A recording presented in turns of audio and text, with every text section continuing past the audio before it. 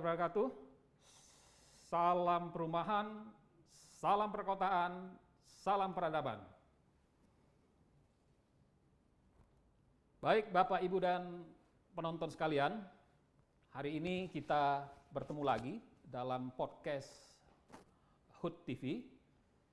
Kita kedatangan tamu spesial dan tentu kita sangat berbahagia juga hadir di sini di kampus Bertauhid Universitas Unida, dan hari ini kita akan bincang-bincang ringan jelang sore dengan orang yang paling penting di Unida, Ciawi.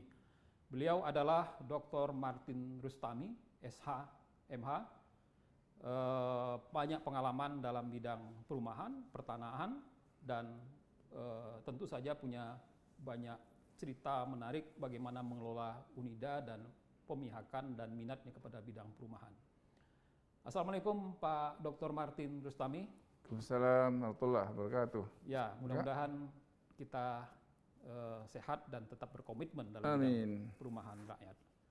Ada satu pertanyaan pembuka yang tidak terlalu sulit untuk dijawab, Bang Martin. Kira-kira apa yang menyebabkan Unida ini sangat kuat perhatiannya kepada lingkungan sekitar dan pembangunan perumahan, khususnya kepada komunitas? Apa cerita di balik itu? Ya, terima kasih Bang Joni. Assalamualaikum warahmatullahi wabarakatuh. Salam perumahan, salam perkotaan, salam peradaban, salam kampus Bertauhid. Alhamdulillah hari ini saya dapat bertemu dengan Bang Joni, teman saya dari USU Medan. Kami sesama dari Fakultas Hukum Universitas Sumatera Utara. Kalau tadi pertanyaan, kenapa sih sangat tertarik dengan perumahan? Ceritanya panjang, ceritanya 40 tahun yang lalu. Ketika saya kerja di Bank Duta, mencari rumah nggak dapat-dapat. Kami ada 123 karyawan, menengah ditugaskan saya selaku ketua tim penyediaan rumah. Nggak dapat-dapat karena masalahnya harga tanah mahal, kemudian kreditnya juga susah. Akhirnya saya membangun suatu komunitas namanya Duta Club. Duta Club untuk mendorong penyediaan rumah bagi karyawan Bank Duta.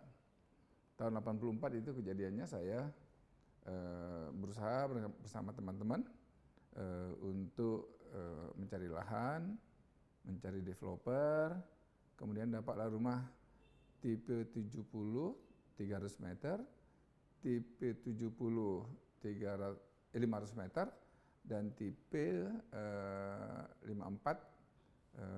200 meter ketika itu. Jadi di klaster yang officer ke atas dapat tipe 70 300 meter. Nah, sejak itu memang saya merasa bagaimana ya, rumah ini kan sebagai tempat orang. Kalau di Medan itu ditanya orang, udah kerja, udah punya rumah, di mana rumahnya, kan itu kan. Jadi meningkatkan marwah, sekaligus juga memenuhi kebutuhan dasar, berkumpul bersama keluarga, membangun kehidupan yang harmoni. Nah, di situ pula, komplek itu pula kami, almarhum kawan saya namanya Sahrin Ruban Tobing, ahli agroteknologi dari USU, membangun produktivitas dari rumah. Setiap rumah dibangun 4 pohon belinjo. Ya, kemudian bagi yang mau tanam rambutan, baraharang, mangga rambutan, itu difasilitasi oleh Sahrin Ruban Tobing yang kebetulan dia adalah Kepala Balai Benih Sumatera Utara ketika itu. Nah, inilah awal saya kenapa tertarik dengan perumahan dan sekaligus ikut membangun komunitas untuk mendapatkan perumahan. Satu lagi, kemudian kami berhubungan dengan BTN. Kemudian kami minta fasilitas dari BTN, dan direksi kami di Jakarta, antar direksi berhubungan dengan BTN, dan kemudian terrealisasilah rumah itu pada tahun 1985 awal, semua karyawan Bank Duta waktu itu dapat perumahan melalui PT Elva Corporation di Eka Rasmi, sekarang udah jadi kota itu.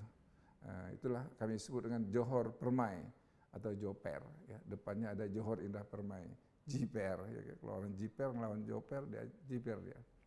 Lebih kurang itu Bang Joni, kenapa kemudian belakangan terus. Nah, satu lagi, saya dipesan sama guru saya. Saya sangat dekat dengan guru saya, namanya Profesor Abi Parlindungan, guru kita juga. Saya sangat dekat ya, sampai beliau meninggal dunia juga. Kata beliau, ambillah hukum tanah yang berkaitan dengan perumahan, supaya kau dapat ilmu, dapat bisnis, dan dapat pahala. Nah itu dia, ilmu, bisnis, dan pahala, karena ilmu dapat ilmu tanah yang harus dikembangkan dengan hukum perumahan, sehingga kata guru satu saya lagi, Profesor Mariam Darus, kau bangun di universitasmu itu hukum properti. Pertama kali benderanya dikibarkan di Indonesia. Jadi ceritanya panjang. Kalau diceritakan 2 hari 2 malam nggak kelar. Tapi lebih kurang gitu, Bang Joni. Ya, saya tertarik untuk melanjutkan pertanyaan tadi bahwa dari pengalaman penyediaan rumah untuk kalangan terbatas dari Duta Club, kemudian merambah ke pemahaman lebih lanjut tentang hukum tanah dan hukum propertinya. Bisa dijelaskan sebenarnya apa penjelasan ringkas dan problematika antara pertanahan dengan perumahan kita sampai saat ini, Pak Martin? Sesuai dengan studi yang dahulu di Medan saya jalankan, saya tambah lagi ya, secara nggak sengaja saya ketemu dengan kawan saya namanya Guntur Dwi Sulistianto, Kepala Cabang BTN, minta saya selaku partner, teman, sahabat, keluarga BTN. Nah ketika itu saya diminta, seolah-olah saya bukan sebagai notaris BTN saja, untuk saya jadi notaris BTN, saya juga jadi jaksanya BTN. Saya menseleksi semua pertanahan yang berhubungan dengan yang mau dibangun perumahan, karena pada itu Menteri Akbar Tanjung punya program biaya pembebasan tanah. Nah begitu saya ditugaskan oleh BTN mengurus pertanahan, maka saya dituduh oleh para developer muda jaksa BTN. Kenapa? Karena ternyata persoalan utama daripada rumah itu adalah tanah. Kenapa urusan tanah? Karena rumah tidak dibangun seperti Amsterdam di atas air, tapi di atas tanah. Tidak ada pun satu rumah yang tidak memiliki kepentingan dengan tanah. Nah didorong oleh pesan guru saya, Profesor Abi Parlindungan, dalamilah tanah yang berhubungan dengan rumah. Didorong oleh guru saya, Profesor Mariam Darus, mengatakan tegakkan bendera hukum perumahan, hukum properti di Unida.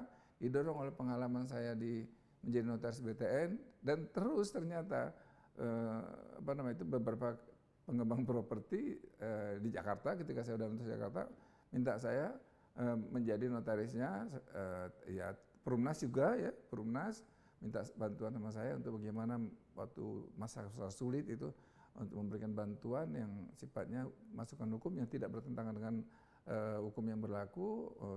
Akhirnya terus begitu saya 2006 menjadi rektor, nah saya sekolah doktor, saya canangkanlah, kita harus konsen ke bidang perumahan. Padahal penelitian saya tadinya perumahan bagi asing ya, properti bagi asing dengan metode penerapan teori azas pemisahan horizontal. Dengan azas pemisahan horizontal, asing boleh memiliki rumah tanpa harus dia memiliki tanah. Mulai saya teliti itu, dan di tengah jalan saya diingatkan oleh salah seorang guru dari Unpad tempat saya ngambil S3, namanya Profesor Romli, janganlah mikir asing saja, mikirkan juga lah masyarakat, terutama masyarakat berpenghasilan rendah. Di sekitar Bogor dan Jakarta itu banyak masyarakat berpenghasilan rendah sekali. Maka saya telitilah ketika itu tentang bagaimana sih kondisinya ini. Oh ternyata problem utama adalah tanah. Sementara itu. Ya, saat ini kan kita sudah juga menyelenggarakan webinar kerjasama Unida dengan HUD. Ada kalimat atau pernyataan penting dari Pak Martin, yaitu subsidi wakaf tanah. Kira-kira penjelasannya apa? Dan apakah itu adaptasi daripada banyak soal? Apakah itu juga ada analoginya dengan bank tanah? untuk mengatasi kekurangan tanah untuk perumahan rakyat itu sendiri? Ya. Jadi setelah saya melakukan penelitian ke tahun ketiga selesai Stranas tentang bagaimana memisahkan untuk memudahkan rakyat mendapat rumah melalui jas pemisahan horizontal, sehingga Pak Julfi waktu itu juga dari HUT mengatakan kita pisahkan rejim hukum tanah dari hukum rumah. Kemudian saya juga memberikan kontribusi kepada Kementerian Perumahan waktu Pak Yusuf Asyari dalam membahas Undang-Undang Rumah Susun ke DPR. Kemudian keluarlah Undang-Undang 2011 yang di dalam salah satu pasalnya memungkinkan wakaf itu masukan kita menjadi salah satu lahan untuk dibangun rumah bagi rakyat berpenghasilan rendah. Kemudian tahun ke-5 saya meneliti, tahun ke-5 atau tahun ke-5 saya meneliti, saya membawa persoalan land bank. Ketika itu saya juga waktu Harpernas tahun lebih kurang ke-50 kalau nggak salah saya itu ya, saya bicara dengan Pak di Batam, saya bicara mengenai probabilitas dan potensi bank tanah. Saya ketemu dengan di Perumnas ketika itu, Pak Imawan mengatakan, Pak, Bapak setuju ya dengan adanya bank tanah? 100% saya setuju. Dia mengatakan, saya setuju Pak. Nah ketika itu Pak Imawan menjadi Dirut Perumnas. Dan saya melihat waktu itu usulan saya, bank tanah itu nggak usah disusah-susahin cari lembaganya. Tunjuk aja Perumnas, PP tentang peningkatan pengembangan pelayanan Perumnas. Karena Perumnas sudah, sebagai saya notaris Perumnas, udah pernah Perumnas melakukan kegiatan seperti bekerjasama dengan Drio Rejo, itu lebih kurang ada 1000-an lebih hektar tanah untuk dilakukan Kasiba dan Lisiba itu waktu itu. Kemudian KTM, dan saya notarisnya kebetulan Perumnas bersama karya-karya itu membangun itu dari kerjasama dengan swasta. Dan ternyata sebenarnya bisa kalau Perumnas mengerjakan itu karena sudah dikerjakan. Kemudian Perumnas juga menyediakan perumahan untuk membangun Jakarta bagian utara ya, dan itu saya bersama dengan Kak Kanwil Pertanahan dan lawyernya satu grup, saya nggak mau sebut namanya, berhasil membangun 1997 kapling tanah matang. Jadi memang dengan adanya peranan Perumnas sebagai penyedia tanah itu, saya berpikir, kalau gitu kita doronglah pikiran pemerintah untuk meneliti tentang bank tanah. Di dalam bank tanah yang konsep yang sudah kami ajukan ke Dikti dan sudah ajukan ke itu juga ke PU bersama HUT juga, salah satu sumber land resources itu adalah tanah wakaf. Di samping tanah terlantar, bukan tanah enclaving, tanah aset daerah, kemudian tanah yang bersumber dari APBD dan APBN. Jadi kita kemudian terakhir CSR, terutama dari BUMN. Ketika kemarin saya dapat webinar mengatakan susah mendapatkan tanah dari kereta api karena harus membayar 10 juta Menteri BUMN harus bayar 10 juta. Sebenarnya di dalam lingkar kekuasaan pemerintah nggak cocok, sehingga PU nggak bisa bangun 1 juta rumah. Saya waktu itu menyampaikan kepada tim sukses tim transisi Pak Jokowi, saya diundang ke ke Kuningan mengatakan, apa yang menjadi konsep Anda? Nah, salah satu konsepnya tanah-tanah CSR dan tanah-tanah yang ada di stasiun kereta yang ada saya hitung dari Bogor dulu ya, ada 14 stasiun dari ke kota, kemudian dari Bekasi dan dari Tangerang. Kalau itu dibangun, paling tidak sudah bisa dibangun. Ketika itu juga rumah murah, tak harus pakai membeli tanah PJKA, transportasinya langsung PJKA, menghidupkan PJKA, kurang polusi. Nah itu hanya kerjaan PJKA, Perumnas dan BUMN. Selesai satu atap kok. Kenapa nggak selesai? Saya dengar kemarin pada waktu webinar saya ikut, kenapa nggak terrealisir? Karena PJKA membuat harga. Nah itulah yang saya bilang ini tidak koordinasi. Nah kemudian salah satu asisten saya meneliti tentang tanah wakaf. Ternyata tanah wakaf itu 420.000 hektar baru terpakai 10-12%. Nah, udah saya hitung dengan kalau harga tanah saya hitung dulu ya, harga kan tanah wakaf itu tidak di kampung-kampung banget ya. Ada sekitar daerah perkembangan. Saya hitung-hitung kemarin kalau di total tanah wakaf plus potensi wakaf, ternyata tanah wakaf itu menduduki kedudukan kedua ketiga 180 triliun kalau di total hartanya. Nah, ini kenapa nggak dikembangkan?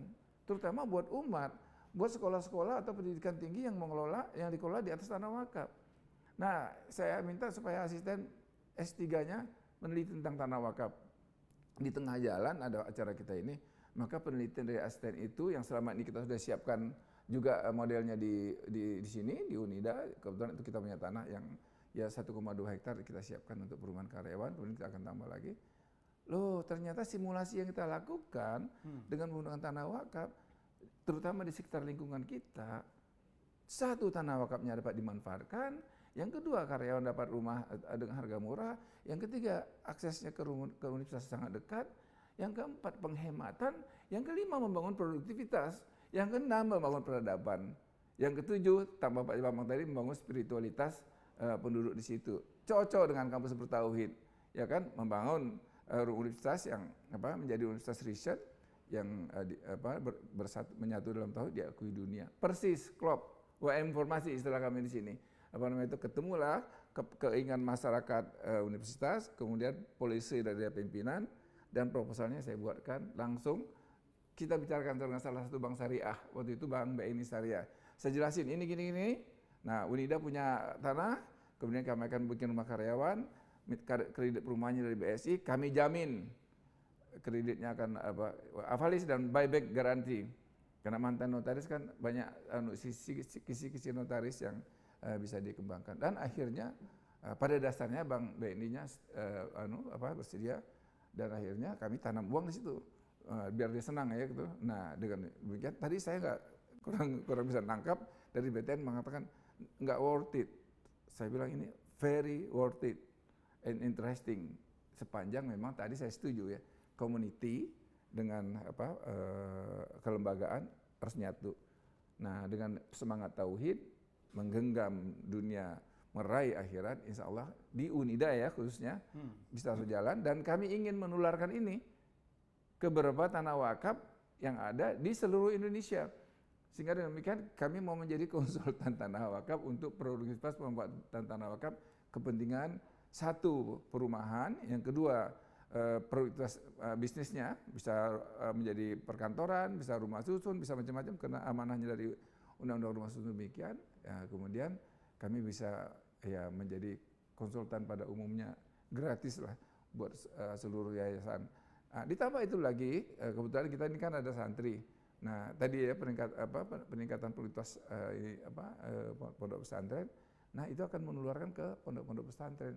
Unida itu sekarang lebih kurang mengelola, membantu dan mengayomi, membina 100 pondok pesantren. Ada yang paling dekat di sini punya tanah 30 hektar sudah punya.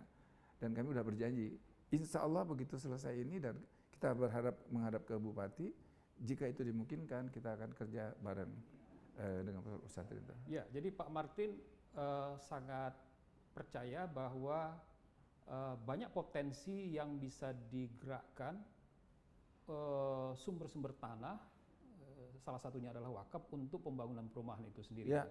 Tetapi mengapa ada yang mengatakan kita kekurangan tanah nih, sehingga kita perlu bank tanah? Kalau dari dua hal itu yang kontras, kira-kira soalnya apa sebenarnya? Kita memang kurang tanah atau justru yang optimistis seperti Pak Martin justru kita juga cukup punya potensi banyak untuk tanah-tanah bagi pembangunan perumahan bagi masyarakat yang tidak mampu. Bagaimana pendapat sekarang Pak Martin? Paradigma tanah yang nggak bisa ditapunguri adalah sakral, magis buat orang ini. Tanah di Indonesia ini harga diri, keluarga. Tetapi paradigma itu sudah berubah. Tanah adalah investasi, tanah adalah bisnis. Apalagi setelah Gubernur DKI sebelum ini menaikkan harga tanah di Jakarta sampai 10 kali lipat, 8 sampai 10 kali lipat. Itu buktinya tanah saya di Jakarta. Kenaikannya nggak tanggung-tanggung harganya. Jadi kena PBB-nya naik kan, akhirnya naik semua ke Jakarta, naik ke Bogor, Bekasi, Tangerang, naik semua. Dan itu berbahaya. Kenapa? Karena komunitas di Bogor ini, Pak Joni, hampir semua tanah sudah dikapling oleh orang Jakarta. Malahan sampai ke Cijeruk sudah dikapling oleh orang Jakarta. Nah akhirnya tanah yang dimaksud dengan tanah yang untuk bisa dipakai buat rakyat itu, ya udah dikelola oleh para pemodal. Karena jalan tol, kena pengembangan jumlah penduduk, kena pengembangan kawasan dan permukiman istilah Pak Zulfi tadi. Jadi memang untuk tanah-tanah yang dilakukan spekulasinya, ya memang akhirnya membuat rakyat terjepit.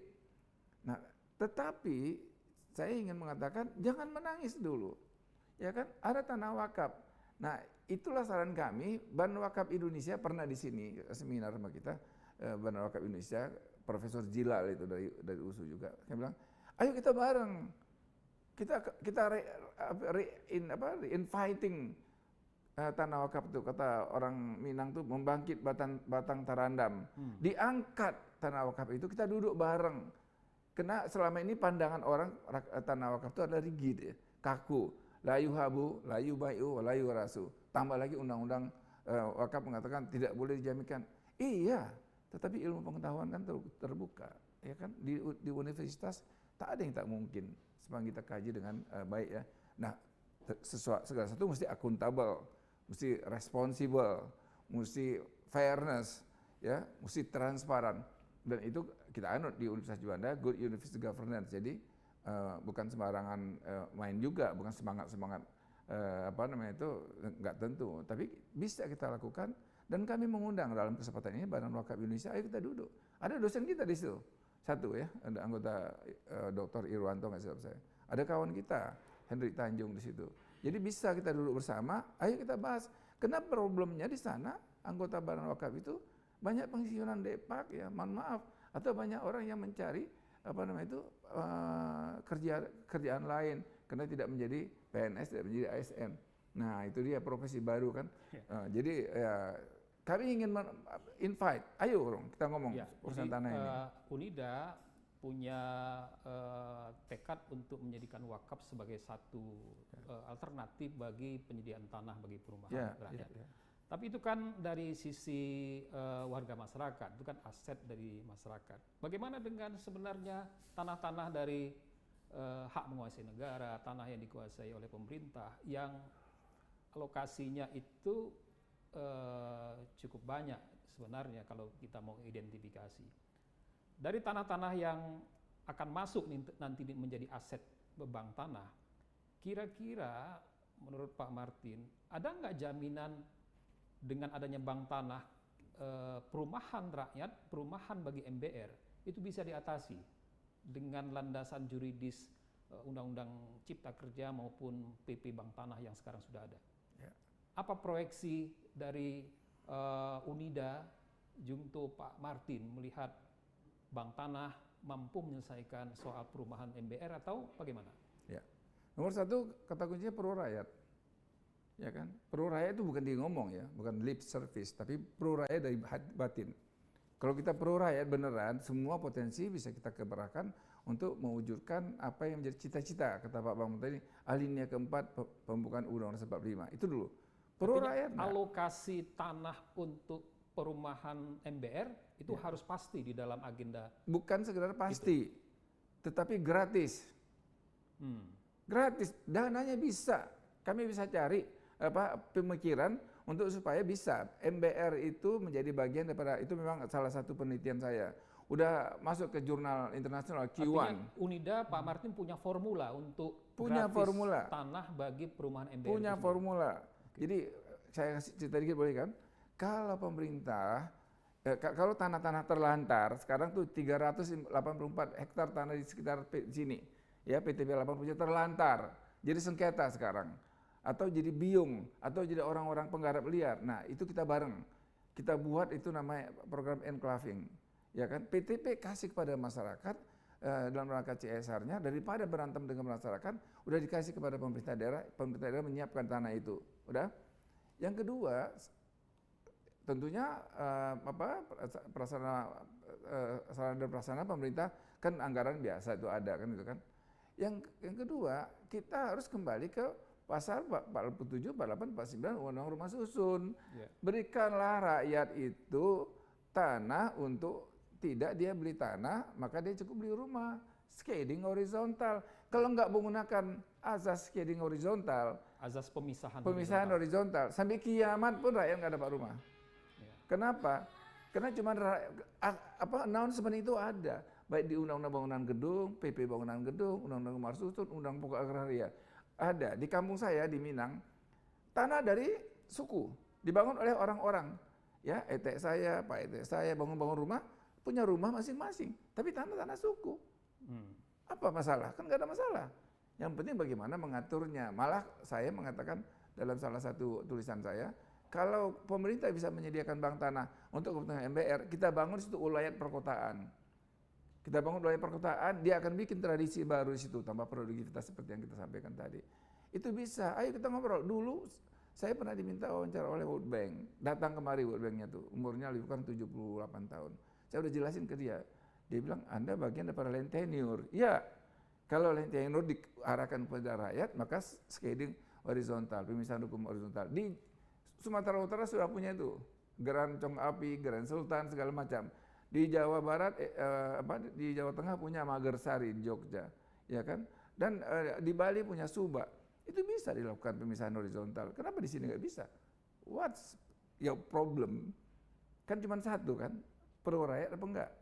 Ya, jadi baik secara azasnya pemisahan horizontal maupun filosofinya hak bertempat tinggal, kita bisa mengatasi kekurangan rumah dan problematika kemiskinan perumahan itu sendiri ya Pak Martin. Ya. Pak Martin, kita mengetahui UNIDA punya kerjasama MOU dengan HUD. Kira-kira apa motivasinya dan apa yang dilakukan dengan kerjasama itu, Pak Martin? Motivasinya karena kami cinta HUD. Karena dari awal semua penelitian tentang perumahan itu kita kerjasama dengan HUD. Yang kedua ada Bang Julfi dan Mbak Joni yang di sana membuka pintu. Yang penting kan begitu ya, kerjasama itu kan membuka pintu, membuka hati. Ayo kita jarang bareng, ya kan? Kemudian UNIDA juga ya mungkin karena sama-sama orang Medan jadi akan lebih mudah. Tapi bukan itu. Saya juga bukan mengatakan karena saya salah satu deklarator. Karena HUD itu concern kepada penyediaan rumah dan membuka akses bagi rakyat untuk mendapatkan rumah. Jadi ya kalau istilahnya Kang Joni itu hak bermukim, hak asasi. Jadi kita dukung, berarti sama dong pikiran HUD dengan UNIDA. Oleh itu kita jadi bareng. Ada pertemuan misi dan kesamaan visi dan ketertautan hati. Ada ruhnya. Ada ruh yang ketemu ya. Terakhir Pak Martin, saya mengenal Pak Martin punya pengalaman panjang dalam bidang hukum, mulai dari perbankan, kemudian notaris PPAT, kemudian menjadi pendidik, punya universitas dan bergiat dalam banyak penelitian. Ada satu pertanyaan yang barangkali publik punya hak untuk mengetahui. Kira-kira apa sumber motivasi dan kekuatan atau zikir apa yang Pak Martin amalkan sehingga punya stamina begitu kuat untuk menjalani kehidupan sampai punya kampus bertauhid seperti ini? Ya. Zikir saya murid ibu saya. Itu aja. Jadi ibu saya yang ngajarin semua kehidupan bernegara, berbangsa, beragama. Ya, goyang kan? Itu cita-cita ibu saya. Supaya bagaimana menjadi anak yang berguna bagi bangsa, agama, negara, dan masyarakat. Jadi itu kena bilang ibu saya agak getar. Kenapa? Karena baru meninggal setahun yang lalu. Mengatakan, ya pasanglah niat dengan baik. Innama a'malu binniyat wa innama likulli imri'in ma nawa. Ya berbuat aja. Dan kata orang tua saya, jadikanlah anak saya jadi anak yang soleh, yang berguna bagi bangsa dan negara. Karena pesan itu harus saya jalankan. Ya, I want to prove her. Nanti waktu pulang, ya kan, nah sini, kamu udah ikut kata mama kan gitu kan. Ya. Nah, bagaimanapun nggak bisa dipungkiri kalau kita dekat dengan orang tua, doanya lebih ampuh daripada doa kita. Mungkin karena itu. Jadi nggak hebat-hebat banget saya. Jadi ingin memberi manfaat bagi berguna bagi masyarakat, bagi bangsa, lingkungan, bagi negara, bagi negara, bagi bahkan agama. mungkin bagi flora dan fauna gitu. Ya pasti. Dan doa memperoleh berkah sebagai melaksanakan dari doa menjadi anak yang soleh. Itu persis seperti doa Ibrahim ketika diperintah Tuhan untuk membina kembali Ka'bah. Pak Martin, kira-kira ada satu pesan, dua pesan untuk masyarakat luas kepada generasi muda kita yang bisa disampaikan? Pak Martin, silakan. Ya, terima kasih. Satu, jaga diri. Jaga diri berhubungan dengan diri kita sendiri. Kita nggak terah agamanya apa. Patuhi agamanya, ya kan. Cintai keluarga, ya. Jaga diri supaya terhindar dari perbuatan keji dan mungkar. Yang kedua, jaga kelakuan, ya. Berpikirlah positif kepada orang lain, berbuatlah baik. Gak usah pakai pamrih, insya Allah semuanya akan datang kembali. Dan mungkin itu pula yang membuat immunity kita jadi naik, ya. Jadi jaga diri untuk diri sendiri ke dalam, jaga kelakuan untuk diri kita keluar. Ya, saya pikir itu universal, semuanya orang bisa tanpa harus melihat agama, suku atau golongan apapun. Dan itu lagi ajaran ibu saya. Demikian. Ya, terima kasih Pak Martin. Sebanyak yang kita petik dari pertemuan singkat ini. Mudah-mudahan bisa terus berkarya, bermanfaat bagi sesama.